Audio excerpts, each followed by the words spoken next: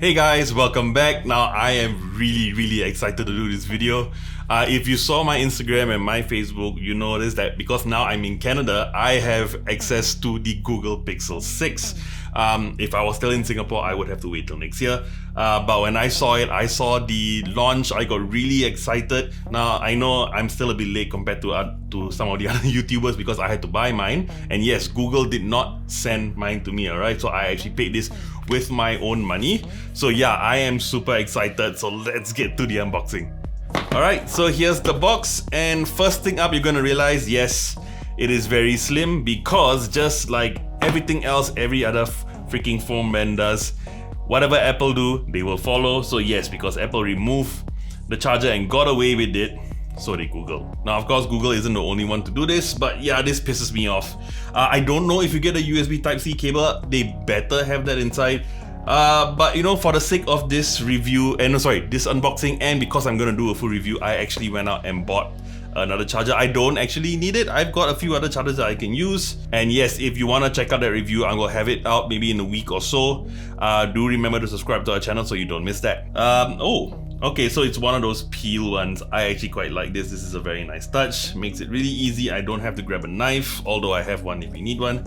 But yeah, alright, so yes, just to be clear, I didn't buy the Pixel 6, I bought the Pixel 6 Pro, mostly because about the camera, but we'll talk about that in a bit. Okay, so this is it.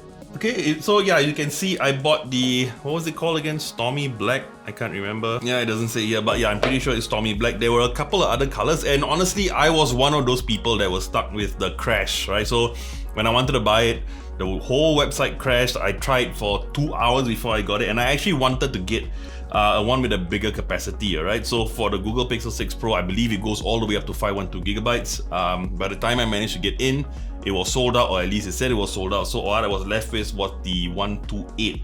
And I don't believe you get an SD card slot, alright? So I'm basically stuck with that 128. But anyway, let's get this out. Alright, I'm gonna put the phone aside here. Let's see what else you get. Okay, so you do get a USB Type-C cable, so that's good.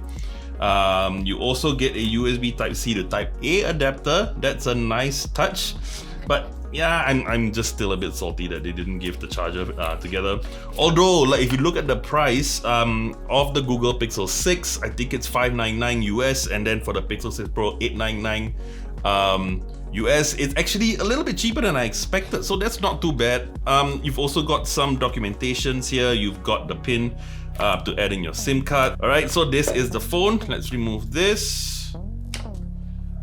Alright, and is there a screen protector? I don't see a screen protector, so that's a shame. I don't know how long before I can get one that fits this phone. It's got a good weight to it, I will say though. Immediately you are seeing a whole bunch of fingerprints. Can you see it? Right, it's a whole bunch of fingerprints. I'm just touching it. Yes, it is pretty much a fingerprint magnet. Now it does support wireless charging, I believe.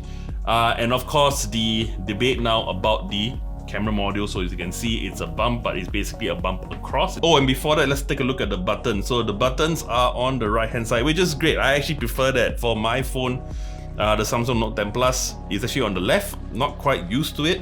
I'm glad that I'm back to this one now where my thumb is over here. I can just turn it on. Anyway, let's turn it on. Now, one of the reasons why I was so excited to buy the Google Pixel 6 Pro, now there's been Pixel 5, 4, 3, 2, you know that, and I've always been kinda excited, but I never actually went and bought it.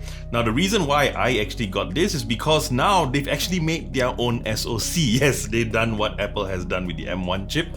They've also created their own SoC, and it's called Google Tensor. Now, yeah, so having their own sort of chip has the same sort of benefits that Apple has in making their own, so they can kind of tweak their chip according to how they want it. They are not restricted by what they buy from Qualcomm, obviously, we all know that. But not just that, so they've put in a lot of focus to their photo taking, and at first, you know, with the Google Pixel 2, Pixel 3, they sort of led the way with computational photography. They've fallen behind a bit. I think it's because, you know, they felt restricted by the SoCs that were available, but now having their own, you can see the amount of effort they put with the launch, all the different photos. I'm not going to go through all the different features, but yes, there are a lot of features. But going back to the camera, alright, so here we have, on the Pixel 6 Pro at least, you have 3 rear cameras and you have a selfie in the front. Now the difference is for the front, On the Pixel 6, you get an 8 megapixel selfie camera, but on the 6 Pro, you actually get an 11.1, and I believe that this has an added feature of having an ultra wide version. I'm not entirely sure.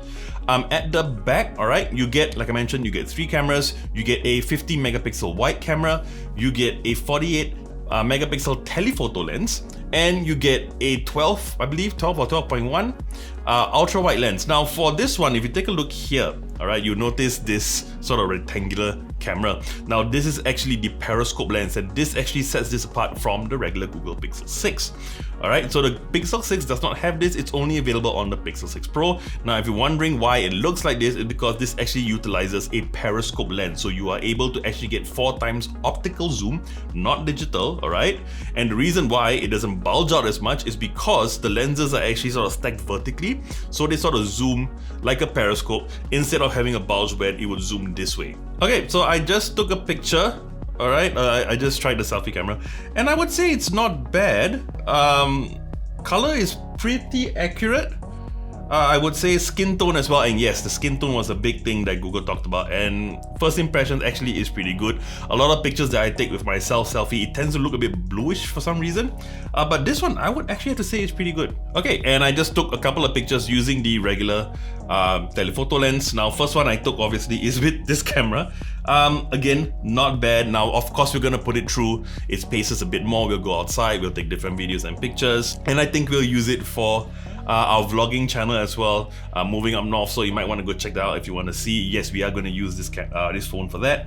What else did I take? Okay, so this was a sort of different color scheme. This was with this table and the box for the Pixel 6 Pro. Overall, I'm quite impressed with the color accuracy actually. It looks pretty good compared to the actual color of the table.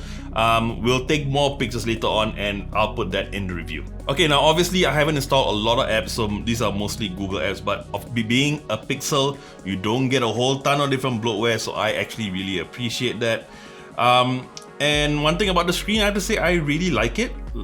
One of the differences between, or rather another difference between the Pixel 6 and the 6 Pro is that the 6 Pro actually has a 120 Hz refresh rate screen, and yeah, it's nice, it shows. One thing you realize though, now I'm at the display setting now, and the settings for your refresh rate is kind of simple, a bit too simple. Basically all you can do is just basically switch it between 60 Hz and 120 Hz. It would have been nice to sort of adjust between like 60, 90 or somewhere in between. I think that would have been cool, or maybe even lower than 60 depending on what you're doing. So that would be really nice.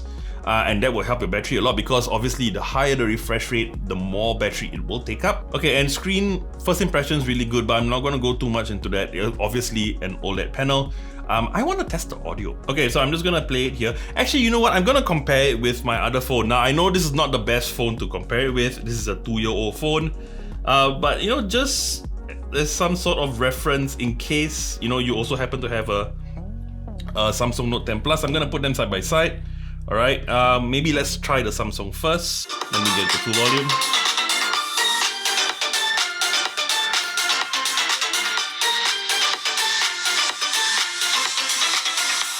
Okay, so that was the Samsung Note 10 Plus. Let's try the Google Pixel.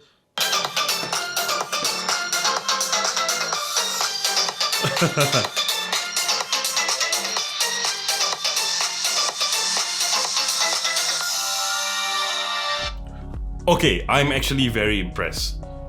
If you probably heard earlier, like the Samsung is alright, but it's a lot more mid-rangey than the Google Pixel 6 Pro. I'm honestly a little surprised, and I don't know how they managed to get that much bass.